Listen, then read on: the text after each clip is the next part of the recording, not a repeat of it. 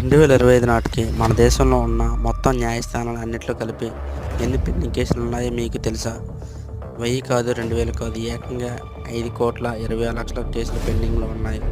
దీనికి సుప్రీంకోర్టులో ఉన్న 81,000 కేసులు, హైకోర్టులో ఉన్న 63,00,000 కోర్టులో కేసులు, లోవర్ కోర్ట్స్ అంటే డిస్ట్రిక్ట్ కోర్టులో 4 కోర్టులో 62,00,000 కేసులు పెండింగ్ ఉన్నాయి. ఇక్కడ విచిత్రం ఏమిటంటే వీటిలో 1,80,000 కేసులు 30 సంవత్సరాల క్రితం నుంచే పెండింగ్లు ఉన్నాయి. అలాగే 50,00,000 కేసులు 10 సంవత్సరాల క్రితం నుంచే పెండింగ్లు ఉన్నాయి. దీనికి కారణం సరిపడినంత జడ్జీలు లేకపోవడమే.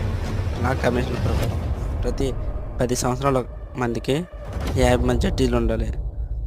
కానీ ఇప్పుడు కేవలం 15 మంది మాత్రమే ఉన్నారు. అంతేకాదు, యావరేజ్గా ఒక కేసు సాల్వ్ అవ్వడానికి సుప్రీంకోర్టులో 1 నుంచి 5 సంవత్సరాల సమయం పడుతుంది.